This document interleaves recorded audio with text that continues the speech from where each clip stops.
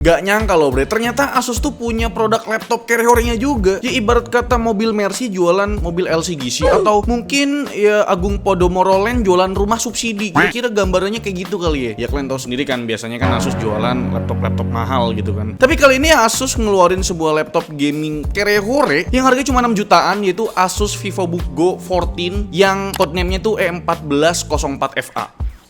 Ini bakal sering terjadi transaksi antara emak-emak dan juga sales Asus sih. Karena memang laptopnya harganya 6 jutaan doang. Emang semenarik apa sih laptop ini? Ya, sampai dibilang, wah Asus akhirnya ngeluarin laptop carry gitu kan. Langsung aja kita review ini dia, Asus VivoBook Go 14 yang E1404FA. Kita awali video review ini dari desainnya bre. Istilah class is permanent bisa langsung kalian rasakan dari sisi punggung laptop ini. Simple aja sebenarnya men. Cuma sebuah emboss branding Asus VivoBook, tapi impactnya berasa banget. Langsung kasih kesan wah dan premium, khususnya yang SKU Cool Silver dan juga Grey Green. Asli dah, sebelah nama MacBook di Starbucks juga kagak malu men, nggak kayak laptop 6 jutaan lain yang pakai skin default. Ya ibarat kata kucing pakai skin default lah.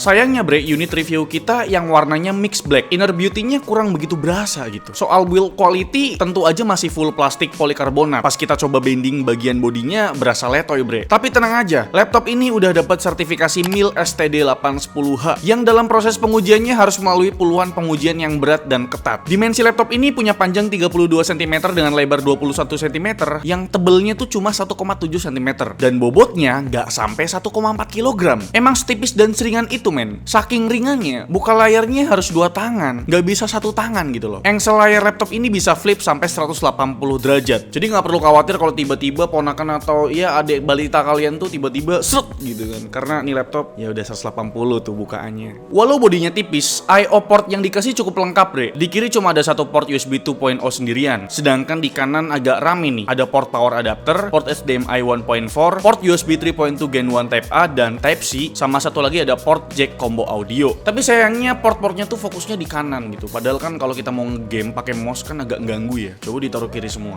Tapi ya itu selera sih. Dan selanjutnya kita ngomongin soal layar di laptop ini. Dan menurutku sih ini titik lemah di laptop Asus VivoBook Go 14 ini ya. Layarnya berukuran 14 inci dengan resolusi Full HD 1920x1080p dan cuma punya refresh rate di 60 Hz. Bezel di sekitar layar lumayan tebel juga nih. Bahkan rasio screen to body-nya cuma 83% bre. Nah, panel yang dipakai besar kemungkinan sih masih TN ya. Bisa dilihat dari angka rasio kontrasnya yang nggak sampai 1:590. Angka minimum brightness-nya cukup redup di angka 15 nits aja. Sedangkan maksimum brightness panel ini biasa aja di 250 nits. Dan buat angka white point, jelas kelihatan panel ini begitu membiru men. Data selanjutnya ada color gamut. Gamut sRGB-nya cuma 66%, yang artinya kita kehilangan 34% warna buat nikmatin konten di Windows. Jelas men, ini rendah banget karena buat editing foto atau editing video kan perlu keakuratan warna ya kan. Karena rentang gamutnya sempit, akurasi warna juga jadi nggak akurat. Lihat aja dah, dari 24 sampel warna yang kita tes, cuma 6 warna aja yang di bawah 3 delta E. Soal keyboard, nilai plus pertama yaitu punya 4 level backlit putih nih. Terus layout yang dipakai 75% dengan 80 key. Layout ini tuh compactnya dapat, fungsionalitasnya juga dapat karena tetap punya F-row dan juga arrow key. Cuma ya konsekuensinya,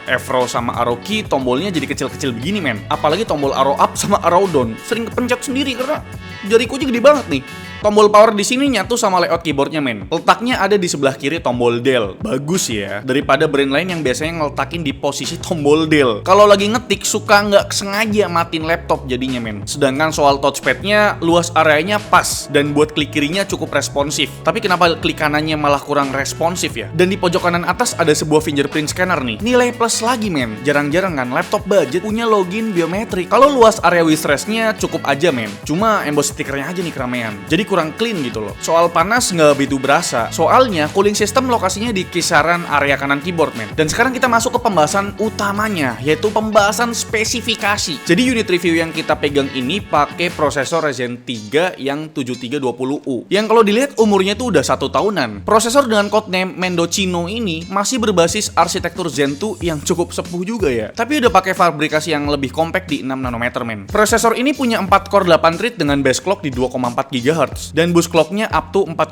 GHz. Nah, buat TDP-nya ini rendah banget men, cuma 15 watt aja. TDP laptop ini kalah sama lampu teras kalian yang sampai 80 watt. Performa single core di pengujian Cinebench R15 dapat sekitar 165 poin, sedangkan konsistensi multicore-nya kurang stabil men. Sebagai perbandingan, Ryzen 3 7320U ini performanya 2 kali lipat lebih kenceng ketimbang Core i3 1115G4, tapi kalah tipis dari Core i3 1215U yang punya jumlah core lebih banyak. Sedangkan di pengetesan Cinebench R20, single core-nya dapat skor di 434 poin dengan konsistensi multicore yang kurang stabil juga. Agak turun di tes keempat dan kelimanya. Sebagai pembanding, prosesor ini sedikit lebih kenceng ketimbang prosesor desktop Core i3 10105F yang ada rakitan PC episode ke-34. Gokil, prosesor laptop bisa ngalahin prosesor desktop. Ya, walaupun Gen 10 sih, tapi lumayan loh. Buat GPU di laptop ini, ngandelin iGPU dari prosesor Ryzen 3 7320U yaitu Radeon 610M berbasis RDNA2 dengan clock speed up to 1900 MHz. Buat performa grafiknya, kita ada tes pakai software 3D Mark dan untuk hasilnya langsung aja lihat di tabel berikut.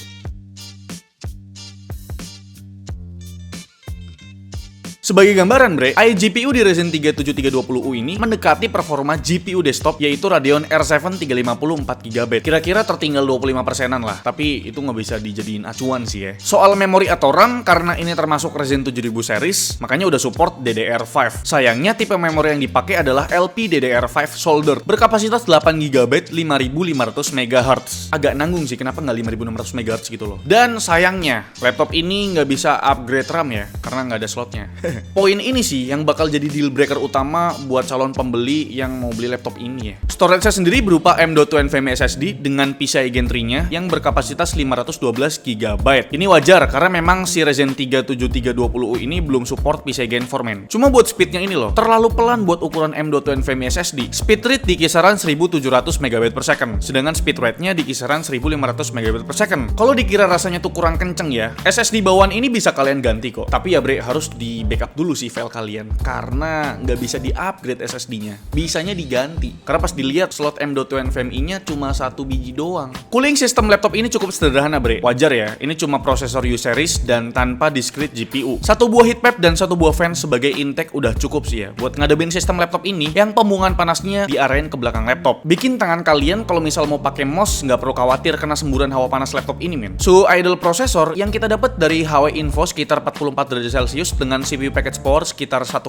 watt. Ini rendah banget sih. Sedangkan suhu tertingginya pas kita lakukan stress test di Aiden 4 Extreme nyentuh angka 95,9 derajat Celcius dengan CPU package power tembus 19 watt. Ini udah ngelampauin TG Max Ryzen 3 7320U di angka 95 derajat men. Tapi stress test di Aiden 4 Extreme itu kan jatuhnya simulasi full load-nya. Jadi menurutku sih kalian nggak akan dapetin suhu setinggi itu men. Soalnya pas kita tes buat Cinebench R23 cuma nyentuh angka 87 derajat Celcius aja dengan CPU package power maksimal di 16 watt men. Dan untuk kapasitas baterai laptop ini cuma 42 watt hours, tapi performanya irit banget. Kita tes buat playback YouTube 1080p di volume dan brightness level 30%, laptop ini mampu bertahan 10 jam 20 menit. Itu pun masih nyisa 5%. Sedangkan buat waktu pengisian baterainya, berbekal power adapter 45 watt, ngecharge dari 4% sampai 99% cuma butuh waktu 2 jam lebih dikit. Nggak ngaruh lah. Utilitas lain di laptop ini, karena laptop ini nggak punya port LAN, jadi wifi-nya harus kenceng. Bener, laptop ini dikasih wifi 6E dan juga bluetooth terbaru yaitu Bluetooth versi 5.3, jadi lebih kenceng dan minim latency men. Dan untuk Wi-Fi 6E-nya juga udah support Wi-Fi dual band juga. Selanjutnya ada webcam. Di sini dapat yang webcam HD 720p yang dikasih cover buat terhindar dari hacker dan juga bisa off cam dengan mudah tanpa klik sana sini. Terus mikrofon di sini udah dilengkapi AI noise cancelling buat memfilter omongan-omongan tetangga. Maksudnya memfilter omongan dari background lah ya, suara-suara dari background gitu.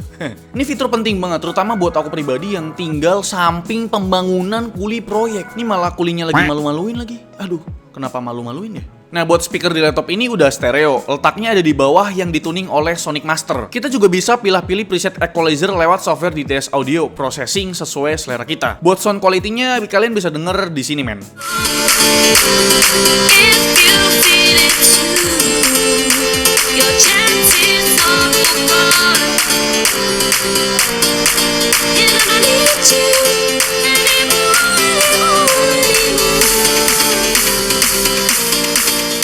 Nah, ini saatnya kita bahas untuk keperluan real time, performa real time-nya gimana bang? Kita tes buat keperluan produktivitas, editing video pakai software Premiere Pro 2024. Kita coba buat preview video di Adobe Premiere Pro, paling lancar tuh di settingan setengah preview gitu. Sedangkan buat kemampuan render videonya, kita tes buat ngerender video mentah non-efek berdurasi 1 menit dengan resolusi Full HD. Hasilnya itu cuma butuh waktu sekitar 35 detik doang. Dan inilah yang kita tunggu-tunggu. Ya walaupun ini bukan laptop gaming, tapi ini ada grafiknya. Jadi kita ya gatel banget pengen ngetes game gitu loh. Jadi kita udah siapkan 5 game buat ngetes di laptop ini, tapi ya rata kiri semua dan pakai resolusi HD 720p. Kecuali satu si game Valorant tuh bisa Full HD. Lumayan loh nih laptop. Di game Genshin Impact dengan ngaktifin FSR kita masih bisa dapat rata-rata 41an FPS. Sedangkan di game Forza Horizon 4 masih dapat 44 FPS-an buat rata-ratanya. Begitupun buat CS2 yang sekarang udah bukan game ringan lagi, men. Kalau buat main game Dota 2 dengan screen render 70% masih dapat 55 FPS rata-ratanya. Dan buat main Valorant kita tes di resolusi Full HD masih dapat kisaran 80an FPS, men. Jadi kalau kalian turunin ke 720p harusnya bisa dapat lebih tinggi lagi FPS-nya. Dan kira-kira itu dia bre untuk ulasan atau review lengkap dari kami mengenai laptop terbarunya dari Asus, yaitu Asus VivoBook Go 14. Dan kesimpulannya gimana? Ini laptop harganya buat yang kita pegang yang varian Ryzen 3 7320U yang RAM-nya 8GB dan SSD-nya 512GB itu harganya 6,6 juta. Tapi kalau kalian ambil yang SSD-nya lebih kecil lagi yaitu 256GB, harganya itu jadi 6,3 juta aja. Dan sebenarnya ada varian lainnya yaitu SKU Ryzen 5 7520U, RAM-nya tuh 16GB, gokil. SSD-nya 512GB juga di harga 9,6 juta. Dan harga ini udah termasuk Windows 11 Pro dan Microsoft Office Home and Student dengan masa garansi 2 tahun, men. Tapi kalau kalian cari di toko lain dan lebih teliti lagi nyarinya, ada yang di bawah 6 juta harganya. Tapi ya bukan di official store-nya sih ya. Nah, dibandingin kalau sama yang lain gimana tuh? Ada HP 14 itu ya harganya mirip-mirip, cuma dia webcamnya lebih jernih ya, Full HD. Tapi sayangnya nggak ada fingerprint scanner. Terus ada Lenovo IdeaPad Slim One, itu nggak punya fingerprint scanner juga. Dan yang paling murah sih ada Acer Aspire 3 yang harga itu di 5,9 juta ya, tapi layarnya nggak Full HD, cuma 768p doang gitu loh. Jadi kesimpulannya untuk Asus VivoBook Go 14 ini menarik banget buat kalian lirik ya, karena desainnya nggak monoton, terus webcamnya ada cover penutup, dikasih fingerprint scanner gitu kan. Terus untuk engselnya ini bisa dibuka 180 derajat dan bisa buat gaming juga ya, karena udah punya grafik, walaupun ya grafik Radeon 610M doang. Jadi menurut kalian gimana mengenai laptop kere-horenya Asus VivoBook Go 14 ini? Coba tulis di kolom komentar. Like video ini kalau kalian suka, dislike kalau saya jelek, dan jangan lupa untuk tekan tombol subscribe yang warna merah kalau misalnya kalian belum subscribe channel ini. Selfie yang selaku host di channel mengucapkan terima kasih. Sampai jumpa di video selanjutnya. Bye bye.